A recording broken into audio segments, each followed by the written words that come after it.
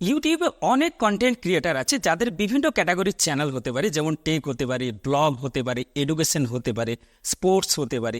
কিন্তু তাদের ভিডিওগুলো আমি দেখেছি যে ভিডিও কোয়ালিটি মোটামুটি ঠিক আছে, কিন্তু অডিও কোয়ালিটিটা একদম ভালো নয়। অর্থাৎ তোমার ভিডিওতে যদি অডিও কোয়ালিটি ভালো না হয় তাহলে তোমার ভিডিওটা কিন্তু কেউ ক্লিক করবে না। আর তোমার ভিডিওটা যদি ক্লিক না করে তাহলে কিন্তু ইউটিউব রিকমেন্ডেশন কিন্তু অফ করে দেবে, তোমার ভিডিওতে কোনো ভিউই আসবে না, একদম একটা জায়গায় স্টপ হয়ে রয়ে যাবে। তো কেন এটা হয়? তোমরা ভিডিওটা রেকর্ড করছো, অডিওটাও তার সাথে সাথে রেকর্ড হচ্ছে, কিন্তু অডিওটাকে এডিট করছো না। ওই ভিডিওতে যে অডিওটা রেকর্ড হয়েছে সেটাই সরাসরি আপলোড করে দিচ্ছ, তাহলে অডিও কোয়ালিটি কোনো দিনই বেটার আসবে না। তো সেই জন্য আমি একটা স্যাম্পল ভিডিও দেখাচ্ছি, দেখো এটাকে এডিট করে তোমাদেরকে দেখাবো, আগে দেখে নাও। আমি যে পরিবেশের মধ্যে সাউন্ডটা রেকর্ড করছি সেটা উপরে পাখা চলছে, দরজা জানলা খোলা আছে। এই ভিডিওটাকে ক্রিস্টাল ক্লিয়ার প্রো সাউন্ডে এডিট করব এবং সেটা তোমরা দেখবে কিভাবে এডিট করায়। খুব ইজি প্রসেস তোমাদের আজকে শেখাবো, ভিডিওটা স্কিপ না করে শেষ পর্যন্ত দেখবে। আর যারা এখনও চ্যানেলটাকে সাবস্ক্রাইব করনি তারা চ্যানেলটাকে সাবস্ক্রাইব করে দেবে। তো চলো দেরি না করে ভিডিওটা স্টার্ট করি। অডিও এডিটের জন্য দুটো অ্যাপের প্রয়োজন হবে, একটা হলো ভিএন অ্যাপ আর একটা হলো ল্যাক্সিস অডিও এডিটার। এই দুটোর মাধ্যমে অডিও এডিট করে কিভাবে প্রো কোয়ালিটির সাউন্ড তৈরি করা হয় সেটা দেখো।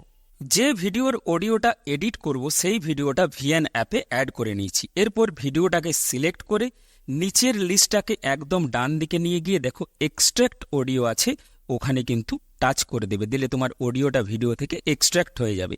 এরপর অডিওটাকে সিলেক্ট করে যে উপরে অপশান প্যানেলটা আসছে ওখানে অপশানস বলে একটা অপশান থাকে, ওখানে টাচ করে দেবে।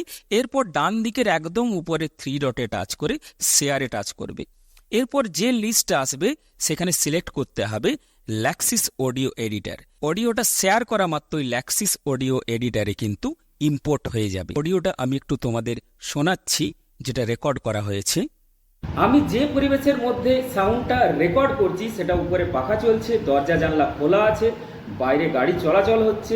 এই সাউন্ড কিন্তু চারিদিক থেকে প্রচুর নয়েজ আসছে, তো এই নয়েজটাকে রিমুভ করতে হবে। সেই জন্য উপরের 3 ডটে টাচ করে এফেক্টসে টাচ করতে হবে, এরপর লিস্টটাকে ডাউন করে নয়েজ রিডাকশনে টাচ করতে হবে। যে অপশনগুলো এখানে অ্যাক্টিভেট করা আছে অর্থাৎ থ্রিশোল্ড, রেট, অ্যাডাক তাই থাকবে, বাই ডিফল্ট যা সেট করা আছে ওটাই থাকবে, অ্যাপ্লাই করে দেবে।